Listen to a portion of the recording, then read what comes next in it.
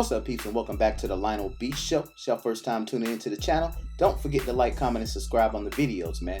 Also, make sure y'all click that notification bell button so anytime I drop a brand new video, y'all be the first ones to get it. Now, some shocking information, man, just came out about Snoop Dogg. Now, the crazy thing is, man, Snoop Dogg has been going at Tekashi 6ix9ine so hard, calling him a snitch. However, Snoop Dogg, man, has got some skeletons in the closet as well. Now, man, he basically went viral today, and he's being accused of being a snitch and cooperating with the Popo. Now, over the past week, man, Tekashi 6ix9ine was standing and testifying in federal court against his former friends, and Snoop blasted him the whole time. Now, the news was broken today by a YouTube personality who actually brought out some paperwork, man, indicating in the paperwork that marrying Suge Knight was the one that had Tupac whacked. Now, the police report describes an incident in 1998 when Snoop Dogg was actually approached by a group of men from Death Row Records, and at the time, Snoop Dogg was recently released, and he was going over there to No Limit Records. Now, after that, man, the police basically protected Snoop Dogg, and he told him that Suge was the person responsible for Tupac's demise. Now, here's the actual paperwork, man. Let's get over this paperwork right now. Now, the paperwork is from the County of Los Angeles Sheriff's Department. This actual report was taken on May 14th, 1998, and is from Lieutenant Brad Wexler of the Universal Substation. Now, basically, it is indicated, man, gangster rap artists Calvin Brodus and Delmar Arnaud were arrested by deputies Ron Sabatine and Jim Farrell for possession of less than 1 ounce of weed during an incident at the Universal Amphitheater. Deputies Sabatine and Farrell were working under a private entity contract providing uniformed deputies outside the backstage area of the amphitheater. They were assigned to monitor and assist with the Universal security, manning the metal detectors used to screen anyone entering through the artist's entrance.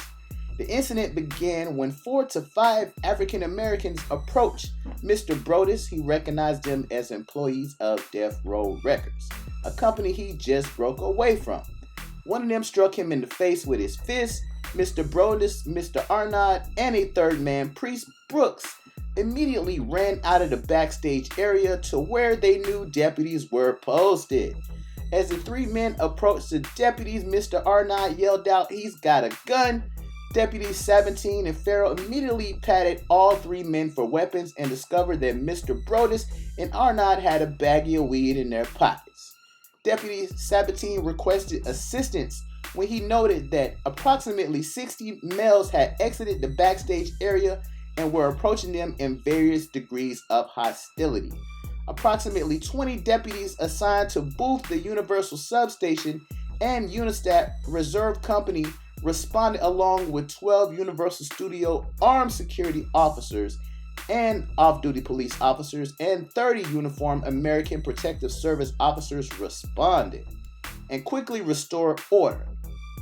Response units from the West Hollywood station also arrived and stood by while the concert crowd exited. There were no further incidents directly related to the concert, and no one was injured. Mr. Brodus was extremely cooperative during the incident, and in fact, he said that he was thankful that the deputies had been there, as he felt the assault was intended as an act of intimidation. Now, y'all, the crazy thing about it is, man, he's saying he was extremely cooperative. Now, that's definitely in the contrast of him going at Tekashi 6ix9ine, calling him a snitch, when, but we'll get more into this police business. Now, he told me that he felt he was in grave danger as a result of leaving Death Row Records and signing with his new label, No Limits. Mr. Brodus also said that he felt Mr. Arnaud was in danger as he is still under contract to Death Row Records. During the discussion, I said that I knew who killed Tupac Shakur. Mr. Brodus responded by saying that it was the man sitting next to Tupac. I asked if he meant Suge Knight.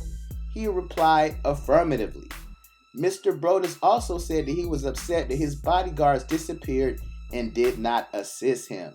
Now, this is some crazy information, man. He basically implicated Suge Knight in the whole ordeal. Now, you know what I'm saying, maybe that's one of the big reasons why he actually ended up leaving Death Row to begin with, because he already knew what some shady dealings going on. And we all know that Suge Knight is definitely a shady individual. I mean, there's been great links to where, you know, they haven't really been forthcoming about what exactly happened to Tupac. But with Snoop Dogg being signed to the label and them being around them all the time, I'm pretty sure there's some validity to this. So y'all let me know how y'all feel about this, man. Do y'all feel like Snoop Dogg is telling the truth? And also, why hasn't he been more vocal about the demise of Tupac and also Suge Knight having something to do with it? Y'all let me know how y'all feel about this, man. Don't forget to like, comment, and subscribe on the videos. Share the videos. And I'm going to peep y'all on the next. Hop.